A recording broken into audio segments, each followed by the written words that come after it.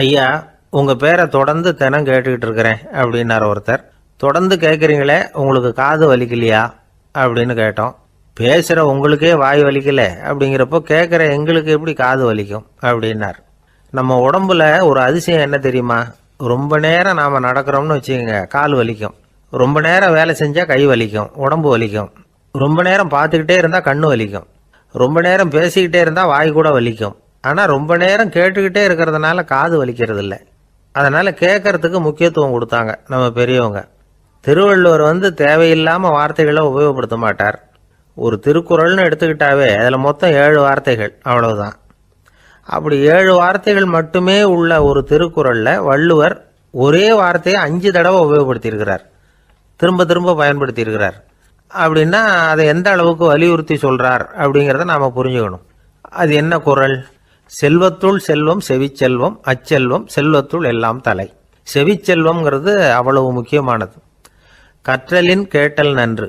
அதிகம் கேட்கணுங்கிறதுக்காகத்தான் எவ்வளவு கேட்டாலும் காது வலிக்கிறது இல்லை. குறைச்சலாக பேசணும், அதிகமாக கேட்கணும். இன்னொரு விஷயம் கவனிங்க, நம்ம உடம்புல கண்ணுக்கு மூடி இருக்குது, எதையாவது நாம் பார்க்க விரும்பலைன்னா உடனே கண்ணை மூடிக்கலாம். நம்ம வாய்க்கு மூடி இருக்குது, பேச விருப்பம் இல்லையா, வாயை மூடிக்கலாம். மூக்குக்கு கூட மூடிக்கிற வசதி இருக்குது, எதையாவது முகர விருப்பம் இல்லையா, மூச்சை அடக்கிக்கலாம். ஆனால் பாருங்கள், காதுக்கு மூடி கிடையாது, அதை கையால் தான் மூட முடியும். யார் என்ன சொன்னாலும் அது நல்லதோ கெட்டதோ காதில் விழுந்துக்கிட்டு தான் இருக்கும்.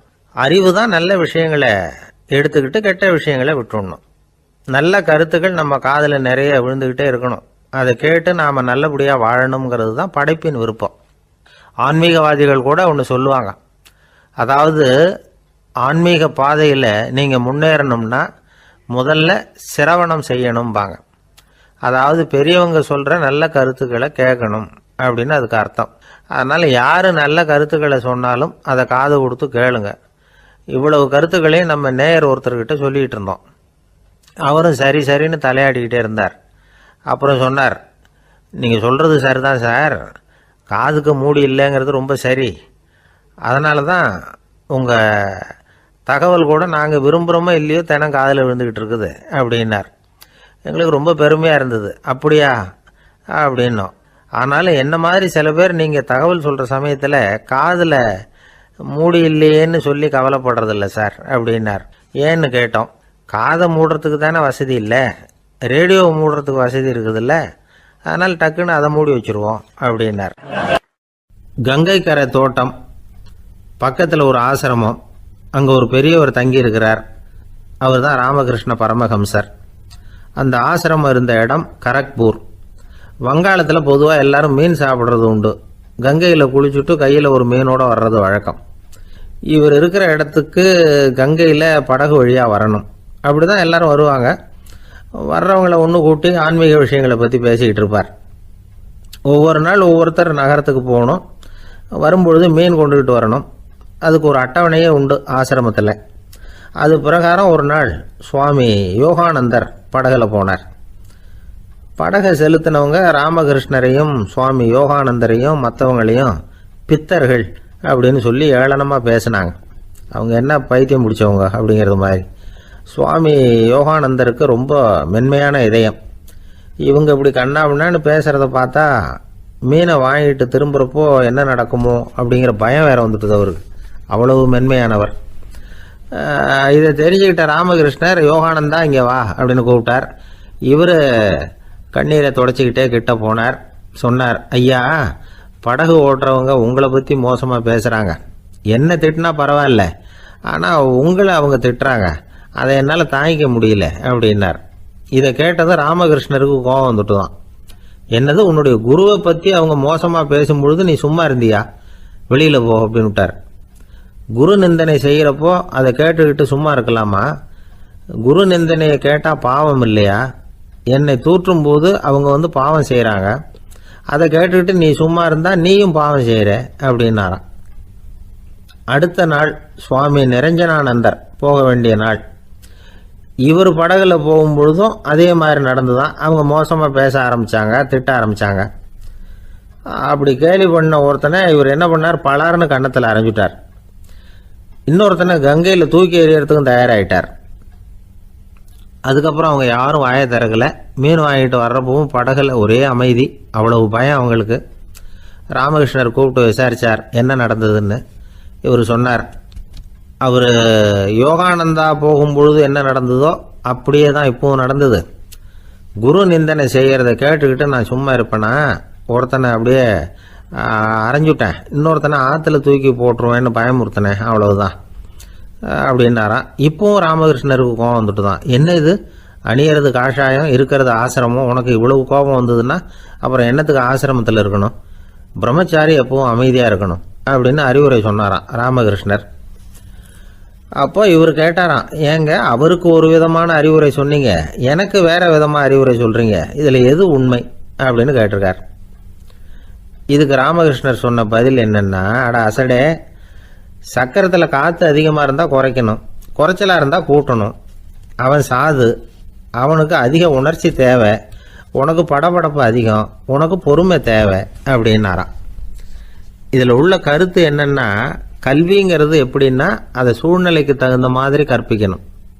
எல்லாருக்கும் ஒரே மாதிரி கற்பிக்கக்கூடாது. கேட்குற ஒரு தகுதி, புரிஞ்சுக்கிற திறமை, இதை பொறுத்து கல்வி அமையணும். ஆரம்ப காலத்தில் ஒரு குரு, அப்போ ஒரு சீடன் இருந்தான். அது வேடிக்கையான குரு, வேடிக்கையான சீடன். ஒரு ஆசிரமம். ஒரு நாள் ஒருத்தன் அவசரமாக அந்த குருவை தேடி வந்திருக்கிறான். என்ன விஷயம்னு விசாரித்தார் குரு. உங்கள் சீடர் என்னை அடிச்சுட்டார் அப்படின்னு புகார் பண்ணானா அந்த ஆள். குரு சீடனை கூப்பிட்டார். அடிச்சியா இந்த ஆளை அப்படின்னு கேட்டாராம். ஆமான் இருக்கான் சீடன். ஏன் அடிச்சே அப்படின்னு கேட்டாராம். இந்த ஆள் உங்களை பற்றி மட்டமாக பேசிவிட்டான், என்னால் அதை தாங்கிக்க முடியல, அதனால தான் அடிச்சுட்டேன்ருக்கான். அப்படி என்ன பேசினா அப்படின்னு கேட்டாராம். உன்னுடைய குருநாதர் இப்போல்லாம் அர்த்தமில்லாமல் பேச ஆரம்பிச்சுட்டார் அப்படின்னு சொல்லிவிட்டான், அதனால தான் அடிச்சுட்டேன் அப்படின்னு நானான். அதுக்காக அடித்தே அப்படின்னாராம். நான் அதுக்காக அடிக்கலை குருவே, இப்பெல்லாம் நீங்கள் அர்த்தம் இல்லாமல் பேசுகிறதாக அவன் சொல்கிறான், அப்படின்னா இதுவரைக்கும் நீங்கள் அர்த்தத்தோடு பேசினதாகத்தானே அர்த்தம், அது தப்பு தானே, அதனால தான் அடித்தேன் அப்படின்னு நானான். ஒரு பெரியவர் உட்கார்ந்துருக்கிறார். அவரை சுற்றி அவருடைய தோழர்கள் உட்கார்ந்துருக்கிறாங்க. ஏதோ ஒரு முக்கியமான செய்தியை அவர் அவங்களுக்கு சொல்லிக்கிட்டு இருக்கிறார். அவங்களும் ஆர்வமாக கேட்டுக்கிட்டு இருக்கிறாங்க. இந்த சமயத்தில் யாரோ ஒரு ஆள் வேகமாக அங்கே வர்றார். வர்ற வேகத்திலேயே எனக்கு ஏதாவது உதவி செய்யுங்க அப்படின்னு கேட்டுக்கிட்டே வர்றார். கேட்கறது உதவி, ஆனால் குரல் மிரட்டுறது மாதிரி இருக்குது, அதட்டி கேட்கறது மாதிரி இருக்குது. இதை கேட்டதும் அந்த பெரியவர் ஆத்திரப்படலை, ஆனால் அவரை சுற்றி இருந்தவங்க ஆத்திரப்பட்டாங்க. இதை பெரியவர் கவனித்தார். கொஞ்சம் அமைதியாக இருங்கன்னார். வந்தவரை கூப்பிட்டார். அவருக்கு சில பொருள்களை கொடுத்தார். என்னங்க இப்போ உங்களுக்கு மகிழ்ச்சி தானே அப்படின்னார். அப்படின்னு அலட்சியமாக அவர் சொல்கிறார். நான் உங்களை நல்ல முறையில் நடத்தினேன்னா அப்படின்னு கேட்குறாரு அவர் மறுபடியும். அதெல்லாம் ஒன்றும் இல்லை அப்படின்னு சொல்லி அவர் சொல்லிகிட்டு இருக்கிறாரு. குரலில் கடுமை குறையில. சுற்றி இருந்தவங்களால இதை பொறுத்துக்க முடியல. கோபத்தோடு அவரை நோக்கி நெருங்க ஆரம்பித்தாங்க. பெரியவர் அவங்களையெல்லாம் தடுத்து நிறுத்தினார். வந்தவரை வாங்க என்னோட அப்படின்னு சொல்லி அழைச்சிட்டு போனார். வீட்டுக்கு போனார். அங்கே போனதும் இன்னும் சில பொருள்களை எடுத்து அவர்கிட்ட கொடுத்தார். இப்போ திருப்தி தானே, நான் உங்ககிட்ட நல்ல முறையில் நடந்துக்கிட்டேனா அப்படின்னார். அவர் முகம் இப்போ தான் கொஞ்சம் மலர்ந்தது. ரொம்ப நன்றி, இறைவன் உங்கள் குடும்பத்துக்கு எல்லா நன்மைகளையும் செய்வான் அப்படின்னு சொன்னார். இதே வார்த்தைகளை என்னுடைய தோழர்கள்கிட்டே சொல்லிட்டீங்கன்னா அவங்க கோபம் தணிஞ்சிரும், வர முடியுமான்னார். கண்டிப்பாக வர்றேன் அப்படின்னாரு. மறுநாள் காலையில் அந்த இடத்துக்கு வந்தார். அதே மாதிரி சொல்லிவிட்டு அவர் போயிட்டார். தோழர்கள்லாம் ரொம்ப வியப்போடு பெரியவரை பார்த்தாங்க. அந்த பெரியவர் தான் நபிகள் நாயகம். அவர் சொன்னார், ஒருத்தன் ரொம்ப ஆசையாக ஒரு ஒட்டகத்தை வளர்த்துக்கிட்டு வந்தான். ஒரு நாள் அந்த ஒட்டகம் கயத்தை அறுத்துக்கிட்டு ஓடி போயிட்டுது.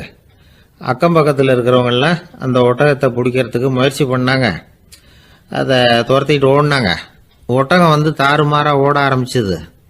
இந்த சமயத்தில் ஒட்டகத்தை வளர்த்தவன் அங்கே ஓடி வந்தான். நீங்கள் அதை ஒன்றும் செய்ய வேணாம், விட்டுருங்க, அதோட சுபாவம் எனக்கு நல்லா தெரியும், அதை சுலபமாக என்னோட வழிக்கு கொண்டுட்டு வந்துட முடியும், நான் பார்த்துக்கிறேன், விட்டுருங்கோ அப்படின்னா. எல்லாரும் விலைக்கு போயிட்டாங்க. இவன் என்ன செஞ்சான் தெரியுமா? கொஞ்சம் புல்லை கையில் எடுத்துக்கிட்டு அந்த ஒட்டகத்தை நெருங்கினான். அவ்வளவுதான். அது ஓடி இவன் காலடியில் உட்காந்துக்கிட்டது. செல்லமாக அதை அப்படியே தடவி கொடுத்தான். முதுகில் ஏறி உட்காந்துக்கிட்டான். அது பாட்டுக்கு சாதுவாக நடந்து போகுது. இந்த கதையை நபிகள் நாயகம் தம்முடைய தோழர்களுக்கு சொல்கிறார். ஒட்டகத்தை மட்டும் இல்லை, சில மனிதர்களையும் கூட சில விதத்தில் அணுகிதான் அவர்களை சீர்திருத்த வேண்டியிருக்குது அப்படிங்கிறத அவங்களுக்கு உணர்த்தினார். இது ஒரு அழகான உளவியல் அணுகுமுறை. சில குடும்ப தலைவர்கள் கூட இந்த ஒட்டகம் மாதிரி நடந்துக்கிறது உண்டு, அப்புறம் அடங்கி போகிறதும் உண்டு. ஒரு குடும்ப தலைவர் காலையில் எழுந்திரிச்சதுலேருந்து சத்தம் போட்டு கத்திக்கிட்டு இருப்பார். பக்கத்தில் இருந்தவங்கெல்லாம் ஓடி போய் சமாதானம் பண்ணி பார்த்தாங்க. அவர் ஓயறது மாதிரி தெரியல. கடைசியில் அவர் மனைவி வந்தாங்க. நீங்கள் எல்லாம் விலகி போயிடுங்க, அவர் சுபாவம் எனக்கு தெரியும், நான் பார்த்துக்கிறேன் அப்படின்னாங்க. சரின்னு எல்லாரும் போயிட்டாங்க. சாயந்தரமாக பார்க்குறாங்க, அவர் சத்தம் இல்லாமல் ஒரு மூலையில் உட்காந்துருக்கிறார். ரொம்ப சாதுவா. ஆச்சரியமாக இருந்தது. என்னம்மா பண்ணீங்கன்னு கேட்டாங்க. அது ஒன்றும் இல்லைங்க, ஒரு வேளை சாப்பாட்டை நிறுத்தினேன், பட்னி போட்டேன், அவ்வளவுதான் அப்படின்னாங்க அந்த அம்மா. ஒரு இலக்கிய கூட்டம் ஏற்பாடு பண்ணியிருக்கிறோம், நீங்கள் அவசியம் அதில் பேசணும் அப்படின்னு கேட்டுக்கிட்டார் ஒருத்தர். வேணாங்க, 4 பேருக்கு முன்னாடி நிற்கிறதுனா எனக்கு ரொம்ப கூச்சமாக இருக்கும் அப்படின்னாரு இவர். ஏன் சார் இன்னமும் குழந்தை மாதிரி கூச்சப்படுறீங்களே அப்படின்னார் அவர் ஒரு மாதிரியாக சமாளித்து அனுப்பி வச்சுட்டு அதுக்கப்புறம் அதை பற்றி இவர் யோசித்து பார்த்துருக்கார். சில நிபுணர்கள் எழுதியிருக்கிறத படித்தும் பார்த்துருக்கிறார். மனோதத்துவ நிபுணர்கள் என்ன சொல்கிறாங்க தெரியுமா? 10லேருந்து 20% குழந்தைகள் பிறக்கிறப்பவே கூச்ச சுபாவம் கொண்டதாக தான் இருக்குதான். ஒரு தாத்தா தன்னோட பேர பிள்ளைய ஆசையாக கூப்பிடுறார் விளையாட்டு காட்ட, அதை அழுதுகிட்டு ஓடி போகுது. ஒரு அம்மா தன்னோட பிள்ளைய பள்ளிக்கூடத்தில் சேர்க்கறதுக்காக கூப்பிட்டுக்கிட்டு போகிறாங்க.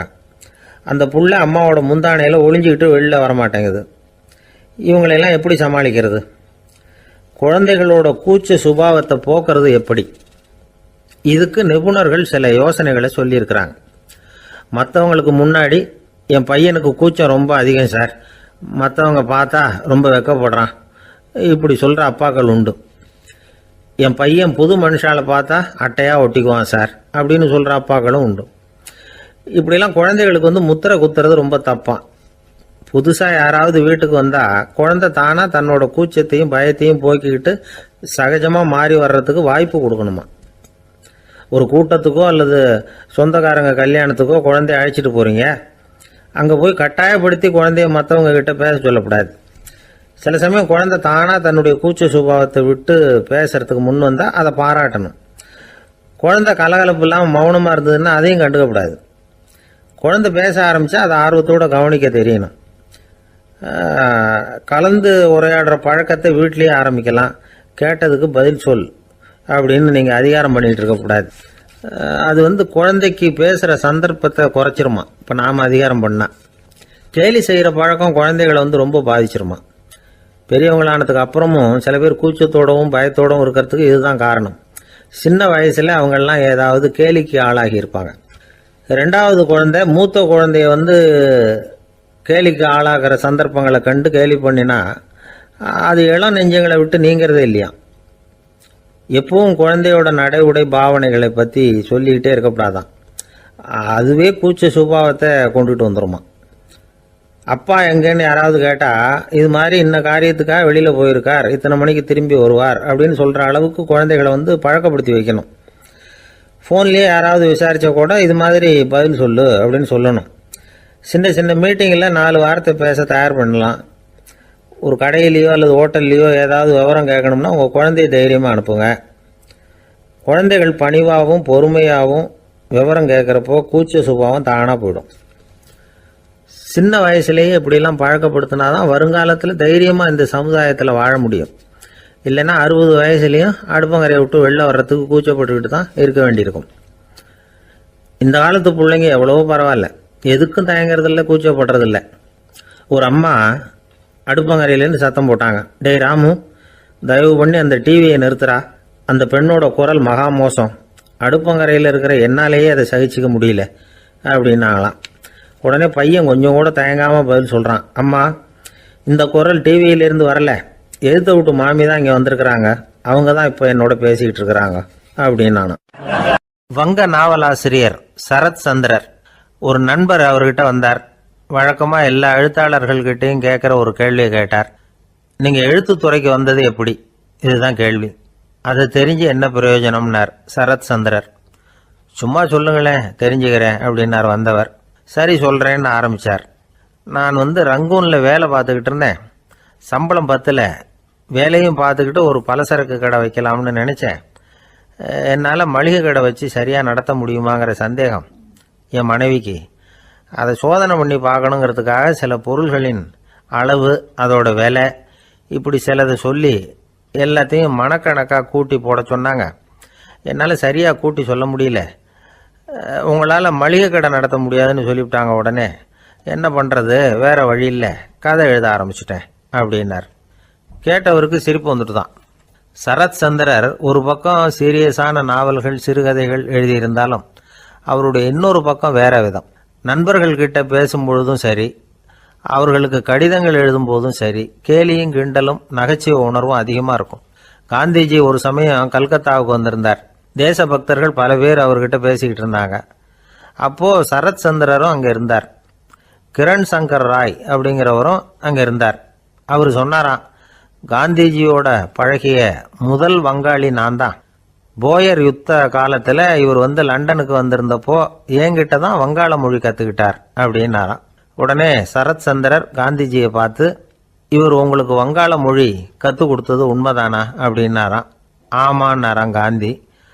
அதனால தான் உங்களால் வங்காள மொழி கற்றுக்க முடியல அப்படின்னாராம். எல்லாரும் சிரிச்சாங்களாம். சரத் சந்திரர் சாம்தாபேர் அப்படிங்கிற கிராமத்தில் தங்கியிருந்தார். ஒரு இலக்கிய நிகழ்ச்சியில் கலந்துக்கிறதுக்காக. அதுக்காக ஒரு கல்கத்தாவுக்கு போக வேண்டிய சூழ்நிலை.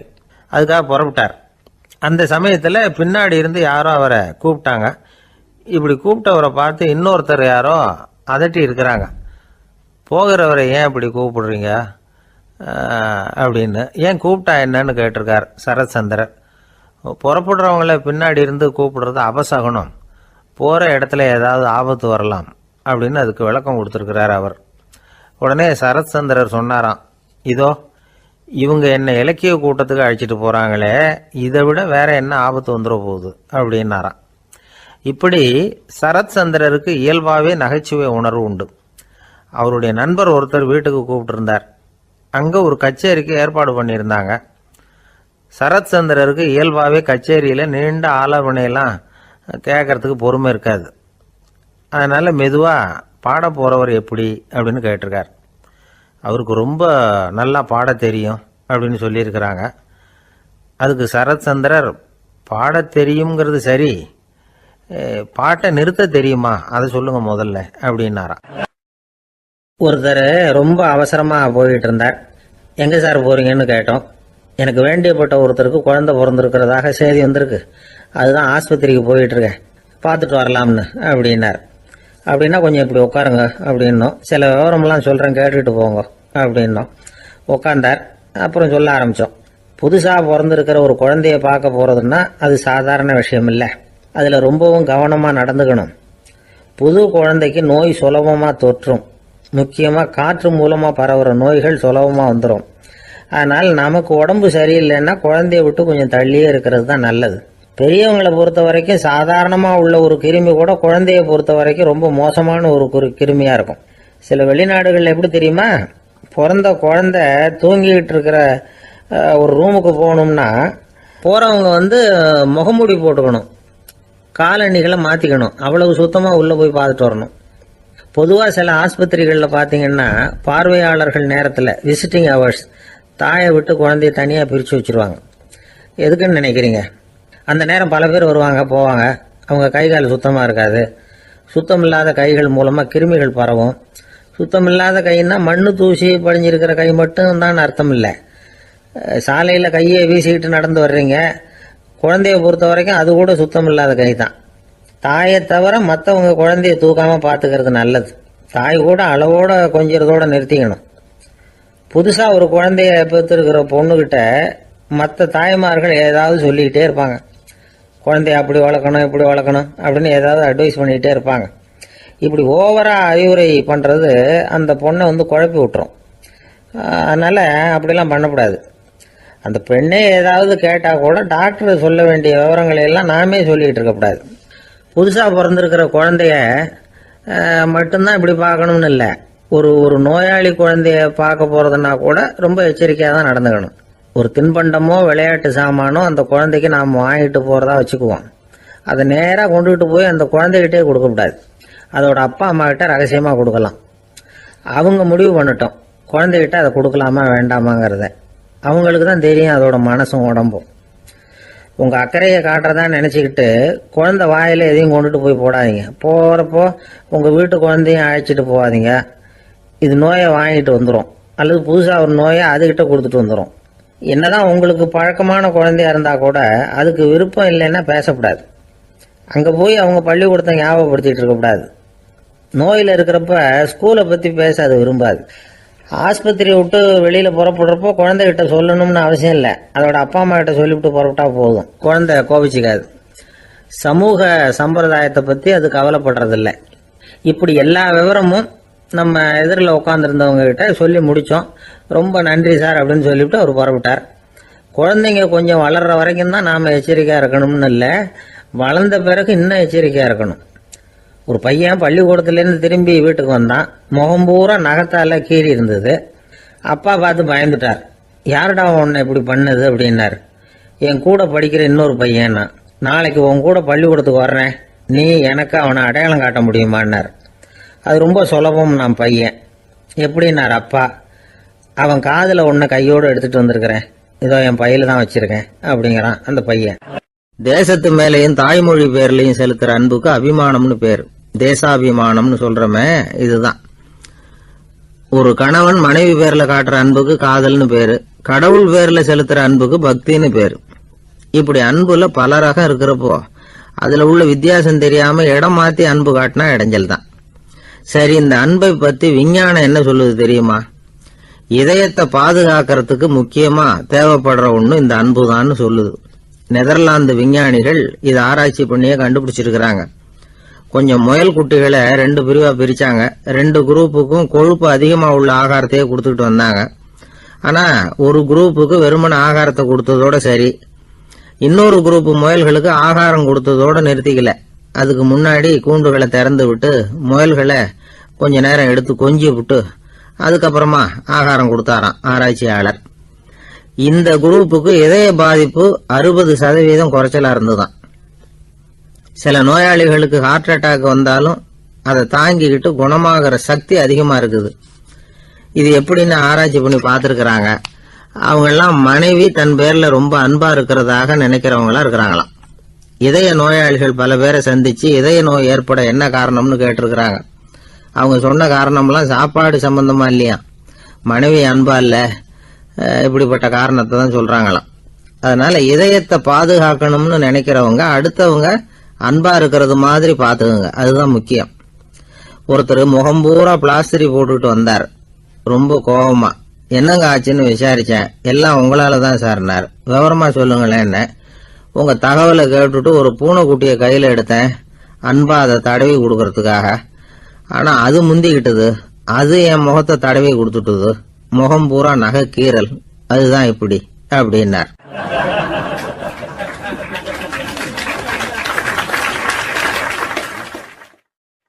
அமெரிக்க ஜனாதிபதி ஆப்ரஹாம் லிங்கன் ஒரு நாள் தன்னோட கோச்சு வண்டியில தலைநகரான வாஷிங்டனுக்கு போயிட்டு இருக்கிறார். கோச்சு வண்டி ஒரு சாலையில போயிட்டு இருக்கு. அந்த சாலைக்கு ஒரு பக்கத்துல பயங்கரமான சதுப்பு நிலம். சதுப்பு நிலம்னா அது புதைகுழி, புதை மணல்ங்கிறோம்ல, அது மாதிரி. அந்த சதுப்பு நிலத்துல யாராவது மாட்டிக்கிட்டா அவ்வளவுதான், ஆளை கொஞ்சம் கொஞ்சமா உள்ள அமுக்கிவிடும். தப்பிச்சு கரையேறது கஷ்டம். அப்படிப்பட்ட நிலம் அது. ஆப்ரஹாம் லிங்கன் ஏதோ ஒரு முக்கியமான அரசாங்க வேலையா போயிட்டு திரும்பி வந்துகிட்டு இருக்கிறார். அதனால அந்த சமயத்துல அவர் விலை வசந்த ஆடைகளை அணிஞ்சிருக்கிறார்.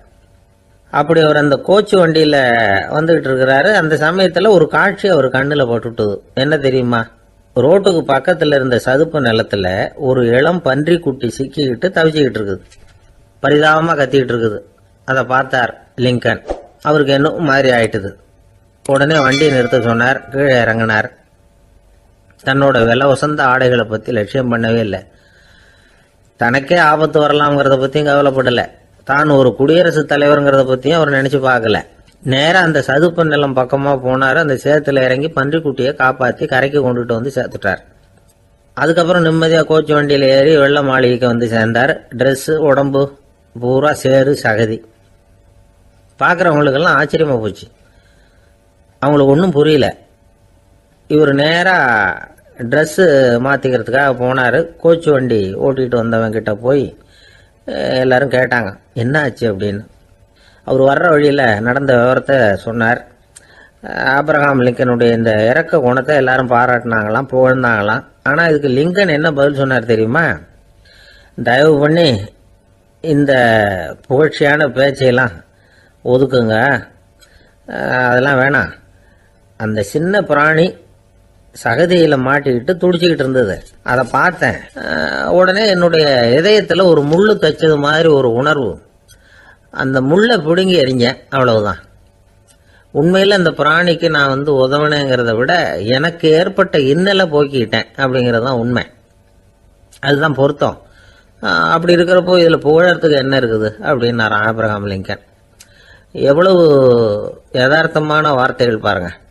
இந்த காலத்தில் நம்மளையும் பல பேர் அப்படி உண்டு. நீச்சல் தெரியாத ஒரு ஆள் தண்ணியில் இறங்கிட்டான். தண்ணி ஆழம்ங்கிறது அப்புறமா தான் தெரிஞ்சுது. தத்தளிக்க ஆரம்பிச்சுட்டான். வாழ்னு கத்துறான். கரையில் நின்றுட்டு இருந்த ஒருத்தர் இதை பார்த்தார். உடனே அவருக்கு இதயத்தில் முள்ளு தைச்சது மாதிரி ஒரு உணர்வு. உடனே குபீர்னு தண்ணியில் பாஞ்சார். அவரை காப்பாற்றி கரைக்கு கொண்டுட்டு வந்து சேர்த்தார்.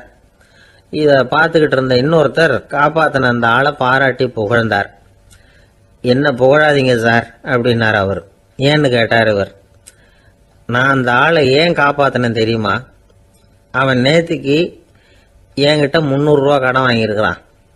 இவன் தண்ணியில் போட்டான்னா நான் கொடுத்த கடனும் தண்ணியில் போடும். அதனால தான் விழுந்து காப்பாற்றினேன் அப்படின்னா அந்த ஆள். ஒருத்தர் இருக்கார், நல்ல உத்தியோகத்தில் தான் இருக்கிறார். ஆனால் எப்போ பார்த்தாலும் முகத்தை வெறுப்பாக வச்சிருப்பார். அப்படியே வருவார் போவார். ஏன் சார் இப்படி இருக்கிறீங்க அப்படின்னு விசாரித்தோம். ஏன்டா இந்த வேலைக்கு வந்தோம்னு இருக்கு சார் அப்படின்னார். உங்கள் வேலை உங்களுக்கு பிடிக்கலையா அப்படின்னு கேட்டோம். இல்லைன்னார். இப்படிப்பட்டவங்க வெற்றிகரமான வாழ்க்கை வாழ முடியாது. இது நிபுணர்கள் கருத்து. வேலையை நேசிக்க தெரிந்தவர்கள் வெற்றி பெறுவார்கள் அப்படிங்கிறாங்க அவங்க. எந்த துறையாக இருந்தாலும் சரி, அந்த துறையில் வெற்றிகரமாக இருக்கிறவங்கள விசாரித்து பாருங்கள். எனக்கு என்னுடைய வேலை ரொம்ப பிடிக்கும் அப்படின்னு சொல்கிறவங்களா தான் இருப்பாங்க. அப்படி இருந்தால் தான் அது வெற்றிகரமாக இருக்க முடியுது அவங்களால. ஒருத்தனுக்கு பிடித்தமான பொழுதுபோக்கே அவனுடைய தொழிலாக இருந்துட்டுதுன்னா அவனை மாதிரி கொடுத்து வச்சவன் வேற யாரும் இல்லை அப்படிங்கிறார் பெர்னாட் ஷா.